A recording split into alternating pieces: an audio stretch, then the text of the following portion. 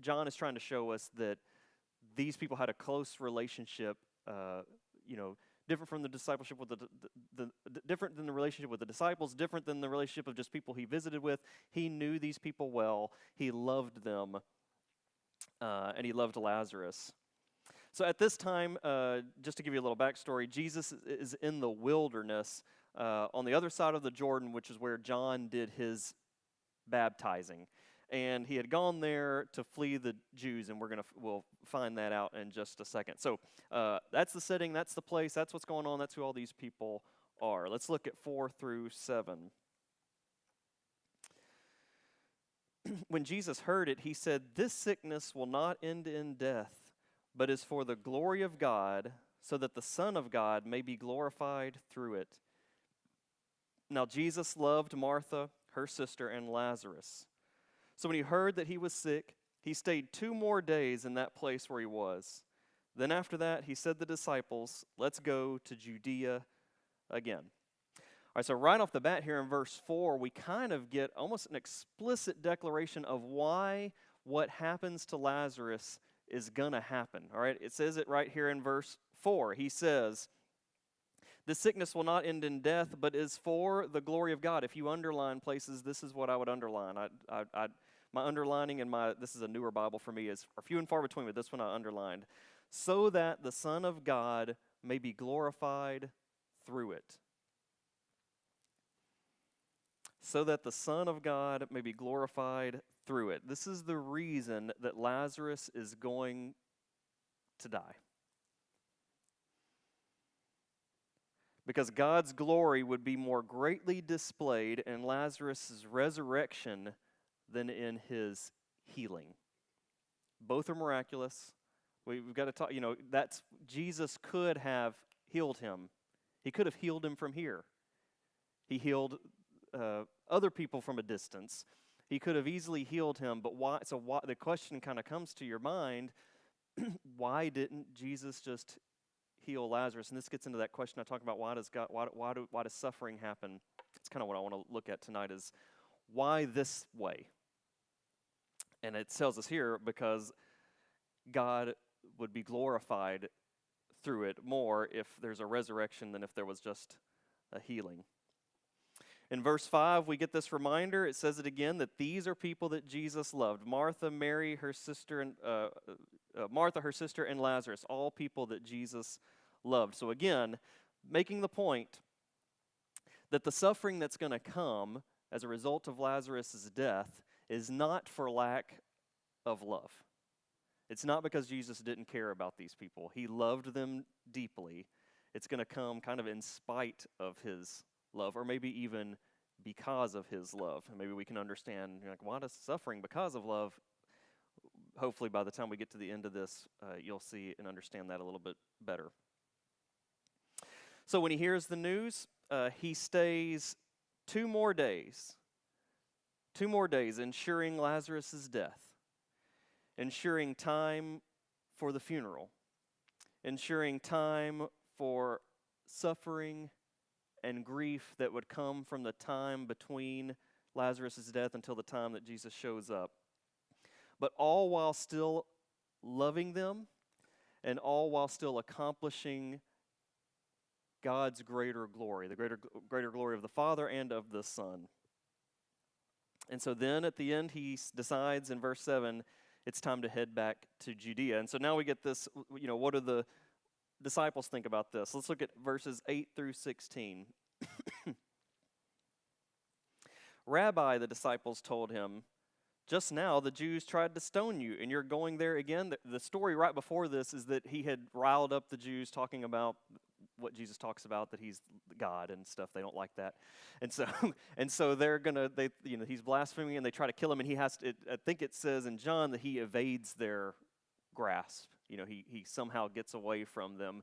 And so they're out to kill him. So the disciples are like, "We just came back from there, and they weren't too happy. Why are we going back now?" And Jesus says, "Aren't there 12 hours in a day?" Jesus answered, "If anyone walks during the day, he doesn't stumble, because he sees the light of this world. But if anyone walks during the night, he does stumble, because the light is not in him. He said this, and then he told them, "Our friend Lazarus has fallen asleep, but I'm on my way to wake him up." Then the disciples said to him, "Lord, if he's fallen asleep, he'll get well. He'll wake up. He fell asleep. What's the big deal?" Jesus, however, was speaking about his death, but they thought he was speaking about natural sleep. So Jesus told them plainly, "Lazarus has died. I'm glad for you that I wasn't there so that you may believe, but let's go to him." And then Thomas, called Twin, or you might have Didymus, said to his fellow disciples, "Let's go too so that we may die with him." So he talks, the disciples are worried about going back. They're worried what's going to happen to Jesus. He convinces them they need to go. And so his response is a little confusing. This little paragraph here, "Aren't there 12 hours in a day?"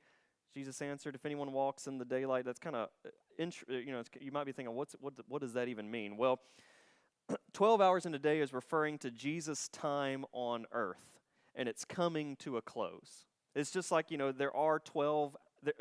there's daytime and there's nighttime, and the sun is only up a certain amount of daytime, right? You can't stretch it. You can't make the sun stay any longer than it is. There are so many hours of daylight, and there's so many hours of, it don't be like if Jesus said, the sun is up from dawn to dusk, and that's the time we've got. So the sun's only out a certain amount of time. It's limited time, and Jesus is the light. He is the one making it daytime. So his time is coming to a close. There's only so much time to accomplish what he's done. He doesn't have time to sit here and wait for the Jews to cool down a little bit and it not to be as dangerous. He has to go because daytime is running out. Not the literal daytime, but the time of his ministry. And I think the same could be said of us and how we serve God and the people we share our faith with and what we're meant to do on earth. Like our time is limited. Maybe we would say there's only so many years in a lifespan or something like that. And so you only have so much time to do the things that you're called to do. And if you're always postponing it, well, I'll get to that eventually. I'll wait, I'll wait till I'm a little more confident. I'll wait till I go through this other Bible study. I'll wait till next year after I read through my Bible again. Maybe I'll have enough confidence to share the gospel with this person, or maybe I'll just wait till they bring it up. I don't want to be that weirdo that's always bringing up Jesus with people. Like if you're always putting it off, there's only so many hours in the day. There's only so much time to do what God's called you to do. That could be share the gospel. That could be help somebody in some way. I'm giving that wide open to a lot of different things. And because that's how Jesus is using it. There's so much time for him to do the ministry he's called to do, and there's not time to dilly-dally and wait around for conditions to get ideal. They won't ever be ideal. So then I always think it's funny the way that the story goes here, where he says, he's fallen asleep, and they go, "Well, if he's fallen asleep, he'll get up. Wake him up. Yeah, he'll be fine. What do we got to go back for?" And then I like where it's like Jesus had to plainly tell him, "Lazarus is dead. He died. He's dead. We've got to go." And then verse 15 gives us even more insight, kind of like verse 4. Verse 15 gives us more insight into how Jesus can use tragedy to grow people in their faith. So he says, I'm glad for your sakes that he's dead, so that your belief will be grown in what you're about to see. And it reminds me of this story. I've told it, I think, in church before, but my wife was, both of us do BSF Bible Study Fellowship, a Bible studying thing that's non-denominational, and she's been doing it a lot more years than me. And in one of her groups one year, there was a lady who had a young child with a heart condition, a serious heart condition. I can't remember exactly what it was, but it was a big deal, and there was fear that they didn't know what was going to happen. There was fear that he may not make it. There were a lot of surgeries and procedures that went along with this. There was a lot of anxiety around this time. And when Lindsay knew her, she had kind of come out of that. She had been dealing with that for a year or two, and now they were everything worked out good. His heart had been healed, and he was healthy and doing well. And she said that as odd as this sounds, she longed for the time when her son was sick because she was closer to the Lord during that time than she had ever been. She said she felt his nearness like she had never felt before. Like God knew that she was struggling and he had to get really close to her. And she said it was some of the best Bible study times and prayer times. She just felt his nearness with her that whole time. And now that she didn't need him as much, she didn't feel that closeness. And she would say, I don't want my kid to be sick again, and I don't ever want to go back, but I miss the deep intensity that I had in that suffering. And sometimes that's what suffering can produce, is a deep intimacy with God, because he's all you've got. You can't lean on other things when you're, and all kinds of suffering, but when your health and relationships are falling apart and things just aren't going good, he's always steadfast and always there.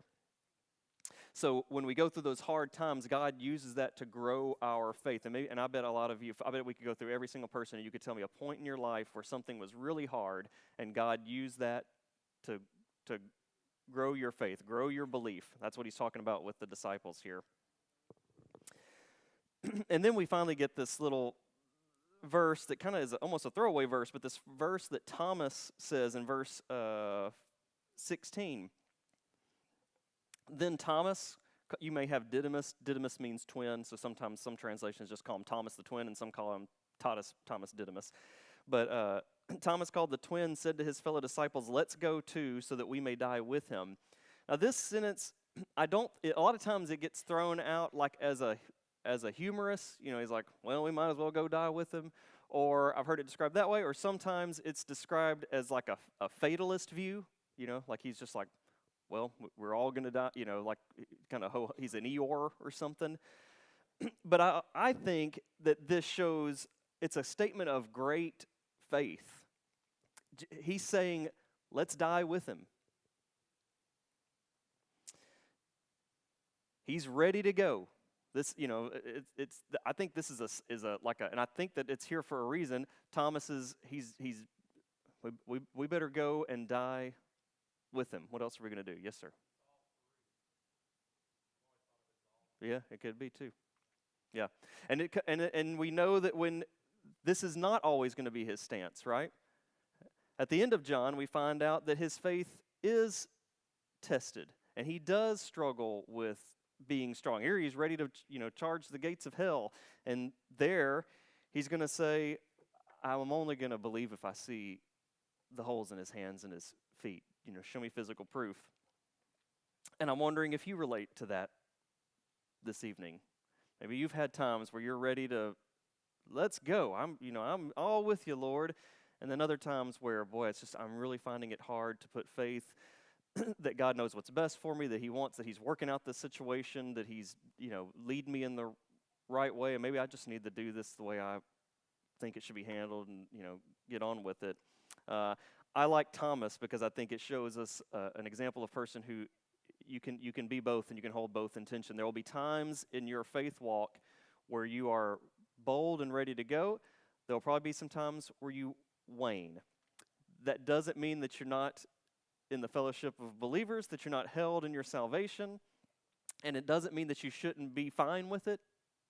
That doesn't mean like, well, everybody does it. I'll just be, I won't be as bold as normal. But it does show that that's just the nature of humanity. And so if you have found yourself and you've been beating yourself up because, boy, why do I keep losing faith? Well, we have Thomas here as an example of a disciple, one who walked with Jesus, and eventually would die a martyr and become. It's often credited to Thomas that he's the one that took the gospel to like Asia, that direction. So sometimes we can be bold, sometimes we're cowards. Jesus loves us just the same. We can still be disciples. All right, let's look at 17 through 27 now. When Jesus arrived, he found that Lazarus had already been in the tomb 4 days. Bethany was near Jerusalem, less than 2 miles away. Many of the Jews had come to Martha and Mary to comfort them about their brother. As soon as Martha heard that Jesus was coming, she went to meet him, but Mary remained seated in the house. Then Martha said to Jesus, "Lord, if you had been here, my brother wouldn't have died. Yet even now I know that whatever you ask from God, God will give you." "Your brother will rise again," Jesus told her. Martha said to him, "I know that he will rise again in the resurrection at the last day." Jesus said to her, "I am the resurrection and the life. The one who believes in me, even if he dies, will live. Everyone who lives and believes in me will never die. Do you believe this?" "Yes, Lord," she told him. "I believe you are the Messiah, the Son of God, who comes into the world." So it says here that Lazarus had been, by the time that Jesus gets there, Lazarus had been dead 4 days. So that's important for a couple of reasons. For one thing, it tells us, like we talked about earlier, they've already had the funeral. They've been mourning for 4 days. They've been in their grief for 4 days. But another important aspect that you may not know is that Jewish tradition held that the soul of a person would hover over the corpse of a body for 3 days, seeking to re-enter the body.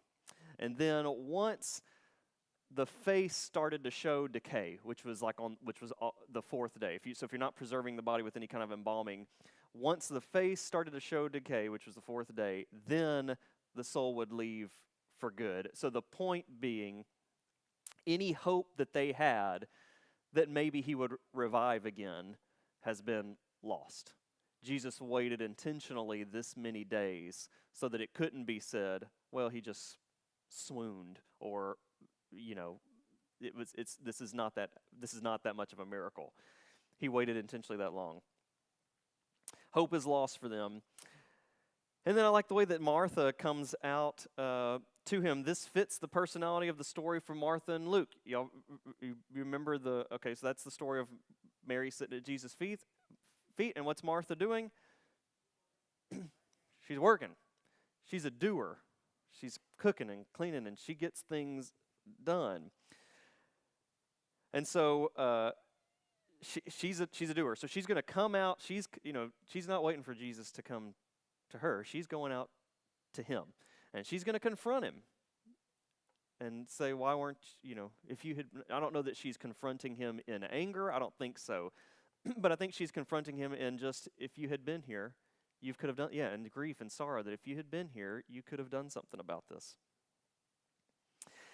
And then Jesus leads Martha through this series of questions and answers. I think that John intentionally leads for us here. It's like we get their conversation. This doesn't happen all that often, but the conversation is listed exactly how it goes. And every one of these questions leads her closer to the most important question in life. So let's start verse 21, where they start. So Martha says to Jesus, "Lord, if you'd been here, my brother wouldn't have died. Yet even now I know that whatever you ask from God, God will give you." So she's still putting faith that Jesus is, she's not doubting who he is. She's not doubting his power. She still believes, but she's sorrowful. And then Jesus says, "Your brother will rise again." And Martha says, "I know that he's going to rise again in the resurrection." So she says, "I know that he'll rise again," like she believes in the resurrection, that we all will rise again in the last day. All right. And Jesus said, "I'm the resurrection and the life. The one who believes in me, even if he dies, will live. Everyone who lives and believes in me will never die." And he asks this question, which is the most important question in life. Do you believe this? And her answer is everything that we need to know. "Yes, Lord," she told him. "I believe you are the Messiah, the Son of God, who comes into the world." And the answer to that question is what saves Martha's soul. It's the most important question that Martha will ever answer. And if Lazarus had not died, she would not have had this conversation with Jesus. Or maybe she might have had it later. Maybe she still might have come to faith at some point. We don't know. But this tragedy leads her to the confession that ensures her salvation. So for Martha, Lazarus' death resulted in her salvation. And there are so many things like this that I don't think we ever know. I don't know that Martha recognized it in the moment, but I think there's a lot of times in life where our suffering leads to the greater good for us, because we know in Romans 8:28 that God promises that God is He promises us that God is working all things for the good of those who love and serve Him. So there's so many times you see that and you go, well, how can He work this terrible thing that's going on to good? But He is. Here we get a glimpse into how God worked this tragedy in Martha's life into the greatest thing for Martha. Nothing could be better than understanding this. It's the most important question in life. It's more important than having her brother right there with her. The fact that she now believes what she needs to believe for eternal life and salvation. And that's what the suffering led to. So I don't know. There's a lot of times in our lives where we won't ever know, why did this bad thing happen? We may never get a glimpse of it. I think in heaven we'll see. That we'll get there and see, oh, I see what you were working out. It may take generations even to work out. But God is always working our suffering for His greater good. Your suffering is not lost and forgotten and wasted. So moving on, verses 28 through 36. Having said this, she went back and called her sister Mary, saying in private, "The teacher is here, and he's calling for you." As soon as Mary heard this, she got up quickly and went to him. Jesus had not yet come into the village, but was still in the place where Martha had met him.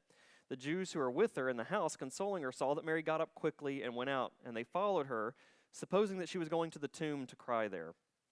As soon as Mary came to where Jesus was and saw him, she fell at his feet and told him, "Lord, if you had been here, my brother wouldn't have died." When Jesus saw her crying and the Jews who had come with her crying, he was deeply moved in his spirit and troubled.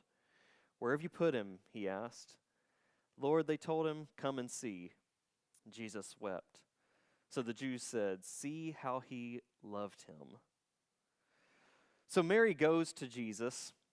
This fits what we know about Mary from the other story that we have from her. She goes to Jesus. He's still outside the city. He hasn't made his way in, and helpless to do anything else. Overcome by her grief, she falls at Jesus' feet and asks him the same question that her sister Martha had asked. So maybe they've been asking this question of each other.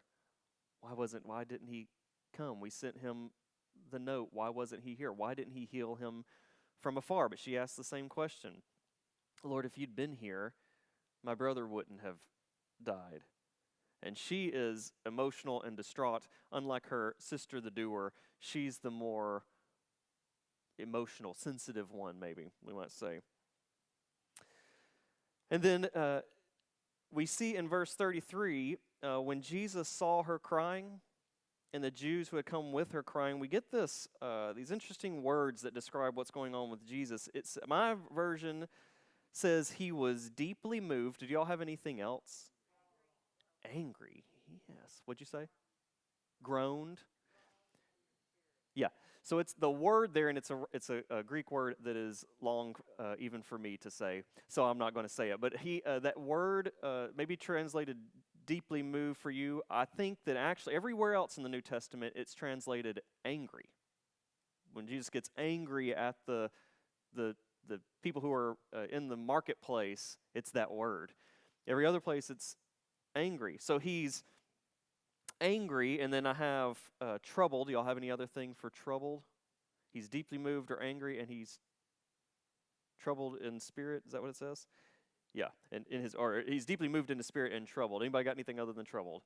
Troubled is actually it's a verb for shake.